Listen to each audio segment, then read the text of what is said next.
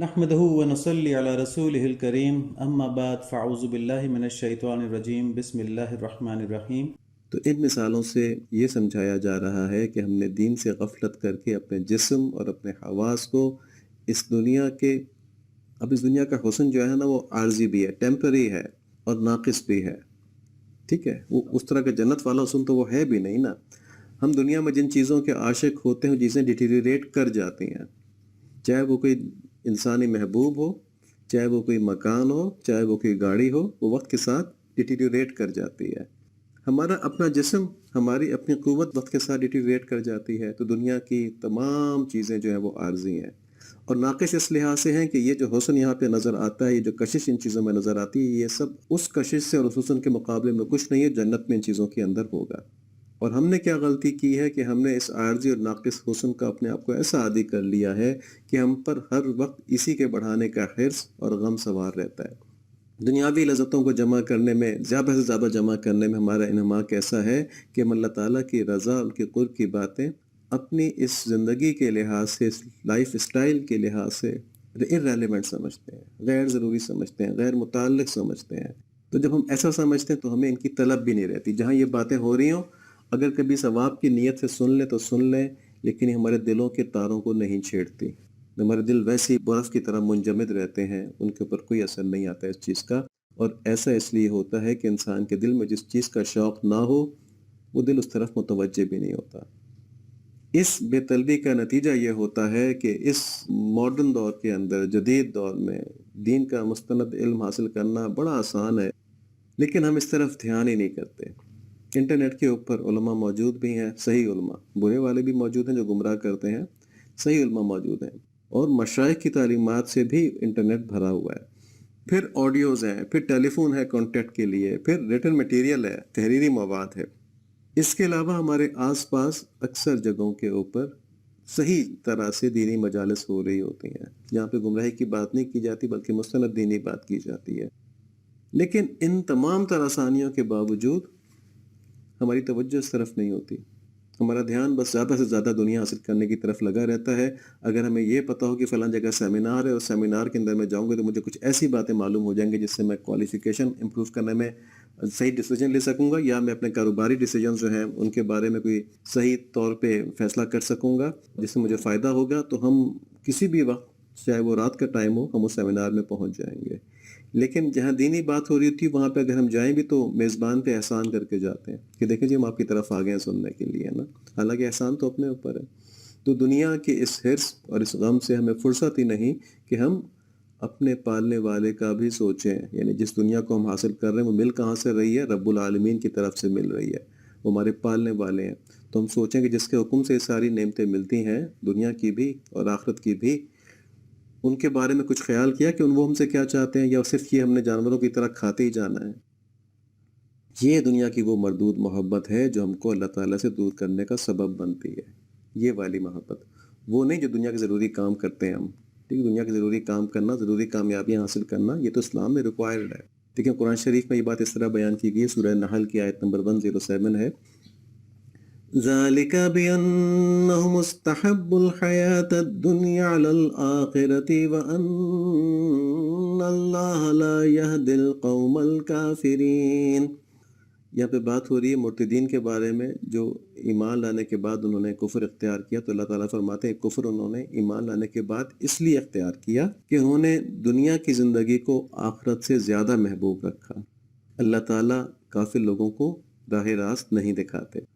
تو اس آیت سے ہمیں معلوم ہوا کہ دنیا کی زندگی کو آخرت سے زیادہ محبوب رکھنا اس قدر خطرناک ہے کہ اس کی وجہ سے ایمان بھی سلب ہو سکتا ہے۔ تو مرتدین کا ایمان سلب ہو گیا تھا نا۔ اب یہاں پہ شیطان یہ وسوسہ ڈال سکتا ہے کہ اسلام میں رہبانیت تو ہے نہیں، اور دنیا کی ساری اچھی چیزیں جو ہیں یہ تو اللہ تعالیٰ نے ہمارے لیے بنائی ہیں، انسانوں کے لیے، بلکہ خاص طور پہ مسلمانوں کے لیے بنائی گئی ہیں۔ قرآن شریف میں آیت بھی ہے اس کے اوپر ایک۔ تو ان کو حاصل کرنے میں کوئی شرعی پابندی تو ہے نہیں، تو پھر مولانا روم کیوں کہہ رہے ہیں دنیا کی محبت سے چھٹکارا حاصل کرو؟ تو اس وسوسے میں دھوکہ یہ ہے کہ دنیا کی اچھائی تو بیان کر رہا ہے شیطان کہ دنیا بہت اچھی اور ہمارے لیے بنی ہے، لیکن آخرت کا بالکل ذکر نہیں کر رہا کہ آخرت اس سے بھی اچھی ہے اور وہ بھی ہمارے لیے بنی ہے۔ تو دنیا وہ بہت کشش رکھتی ہے، لیکن آخرت کے مقابلے میں یہ کچھ بھی نہیں ہے۔ اس لیے آخرت کو بھلا کر اس میں مگن رہنا کہ یہ بنائی انسانوں کے لیے گئی ہے، مسلمانوں کے لیے گئی ہے، اس کو خوب حاصل کرنا چاہیے، یہ شیطان کا دھوکہ ہے۔ آخرت اور دنیا کا موازنہ قرآن شریف میں اس طرح کیا گیا ہے۔ سورہ حدید کی آیت نمبر 20 ہے، اعلموا انما الحیاة الدنیا لعبا ولہوا وزینة وتفاخر بینکم وتکاثر فی الاموال والأولاد كمثل غيث أعجب الكفار نباته ثم يهيج فتراه مصفرا ثم يكون حطاما وفي الآخرة عذاب شديد ومغفرة من الله ورضوان وما الحياة الدنيا إلا متاع الغرور۔ خوب سمجھ لو کہ اس دنیا والی زندگی کی حقیقت بس یہ ہے کہ وہ نام ہے کھیل کود کا، ظاہری سجاوٹ کا، تمہارا ایک دوسرے پر فخر جتانے کا، اور مال اور اولاد میں ایک دوسرے سے بڑھنے کی کوشش کرنے کا۔ یہ ساری چیزیں ہمارے اندر ہیں، ہم دلوں میں جھانکیں نا اپنے، تمہارے معاشرے کے اندر یہ ساری چیزیں ہیں۔ اس وقت ہم مسلمان لوگوں کے معاشرے میں یہ ساری چیزیں ہیں، اور شاید کفار سے بھی زیادہ ہوں، یہ دکھاوا اور یہ سارا کچھ۔ اس کی مثال ایسی ہے جیسے ایک بارش جس سے اگنے والی چیزیں کسانوں کو بہت اچھی لگتی ہیں، پھر وہ اپنا زور دکھاتی ہے، پھر تم اس کو دیکھتے ہو کہ زرد پڑ گئی، پھر وہ چورا چورا ہو جاتی ہے۔ یعنی دنیا عارضی ہے، تمہیں جب یہ بڑھ رہی ہوتی ہے بہت خوبصورت لگتی ہے، لیکن پھر تمہارے ہاتھوں میں، تمہارے سامنے ڈیٹیریٹ ہو جاتی ہے اور بے فائدہ ہو جاتی ہے۔ اور آگے اللہ تعالیٰ فرماتے ہیں، اور آخرت میں ایک تو سخت عذاب ہے، اور دوسرے اللہ تعالیٰ کی طرف سے بخشش ہے اور خوشنودی ہے، اور دنیا والی زندگی دھوکے کے سامان کے سوا کچھ بھی نہیں ہے۔ تو اس آیت میں دنیا کی حقیقت بتلا دی گئی کہ یہ بہت حسین ہے، بہت دلربا لگتی ہے، لیکن ایک عروج کے بعد اس نے ختم ہو جانا ہے، جبکہ آخرت کی نعمتیں اس سے بہت بہتر ہیں اور ہمیشہ کے لیے ہیں، اور آخرت کی سزا بھی بہت سخت ہے اور ہمیشہ کے لیے ہے۔ دونوں چیزیں ہیں، کیرٹ اینڈ اسٹک، دونوں چیزوں کے آدمی کو فکر کرنی چاہیے، کیونکہ اللہ تعالیٰ کی طرف سے ہے، یہ کسی عام دنیاوی بادشاہ کی طرف سے نہیں ہے۔ لیکن ہوتا کیا ہے کہ دنیا کی خوبیاں انسان کو ایسے دھوکے میں رکھتی ہیں کہ وہ انہی کو اپنا مقصد بنا بیٹھتا ہے، اور آخرت کے ان انتہائی ہائی اسٹیک سے بالکل غافل رہتا ہے۔ یہ بہت ہائی اسٹیکس ہے نا، آخرت کا عذاب، اللہ محفوظ فرمائے، ہم سوچ بھی نہیں سکتے برداشت کرنے کا۔ اللہ تعالیٰ ہم سب کو اس سے محفوظ فرمائے اور ہمارے ایمان کو قبر تک قائم رکھیں۔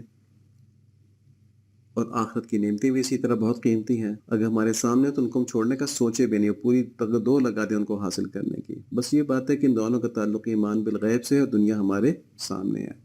ایک حدیث ہے، آپ صلی اللہ علیہ وآلہ وسلم نے فرمایا، اللہ تعالیٰ کے نزدیک دنیا کی وقت اگر ایک مچھر کے پر کے برابر بھی ہوتی تو وہ کسی کافر کو اس میں سے ایک گھونٹ پانی بھی نہ پلاتے۔ یہ ترمذی شریف کی روایت ہے۔ تو اس حدیث میں بھی بتایا گیا کہ اللہ تعالیٰ کے نزدیک دنیا کتنی غیر اہم ہے، اللہ تعالیٰ نے دنیا کو کتنا غیر اہم پیدا کیا ہے، اور اس سے بھی معلوم ہوتا ہے کہ دنیا کی نعمتیں بنائی تو یقیناً انسانوں کے لیے ہیں، بنائی تو انسانوں کے فائدے کے لیے ہیں، اور خاص طور پر مسلمانوں کے فائدے کے لیے ہیں، لیکن ان کا مقصد سوائے اس کے کہ انسان کو ایک امتحان سے گزارا جائے اور کچھ نہیں ہے۔ یہ ہمارا ریوارڈ نہیں ہے، ہمارے خالق کی طرف سے اصل نعمت اور انعام اس امتحان کے بعد ملنا ہے، آخرت میں ملنا ہے۔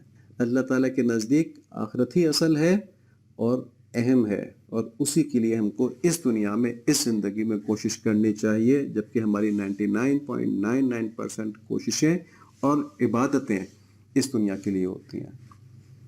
عبادتیں بھی بس، باقی جو ہمارا آخرت کا کنسیپٹ ہوتا ہے وہ اتنا ہی ہوتا ہے کہ دوزخ سے اللہ تعالیٰ بچا لیں، ٹھیک ہے، ورنہ عبادتیں اسی دنیا کے لیے ہوتی ہیں کہ عبادت کریں گے تو مشکلات سے محفوظ رہیں گے، اولاد نیک نکلے گی، فلاں نفل پڑھ لیں گے تو یہ کام ہمارا ہو جائے گا۔ اللہ تعالیٰ ہمیں صحیح طور پہ اپنے سے محبت کرنے کا ذوق نصیب فرمائے، اللہم آمین۔ دیکھیں، قرآن شریف یہ بتاتا ہے کہ دنیا کی تمام سختیاں اور دنیا کی تمام نعمتیں یہ لوگوں کے آزمانے کے لیے ہیں۔ سورہ رعد کی آیت نمبر 26 ہے، اللہ یبسط الرزق لمن یشاء ویقدر وفرحوا بالحیات الدنیا وما الحیات الدنیا فی الآخرۃ الا متاع۔ اللہ تعالیٰ جس کی روزی چاہتا ہے بڑھاتا ہے اور گھٹاتا ہے، اور یہ انکار کرنے والے دنیا کی زندگی میں مست ہو گئے ہیں، حالانکہ دنیا آخرت کے مقابلے میں نہایت حقیر پونجی ہے۔ اس پیغام سے بھی واضح ہوتا ہے کہ مسلمان اور کافر کی زندگی میں بڑا فرق ہے۔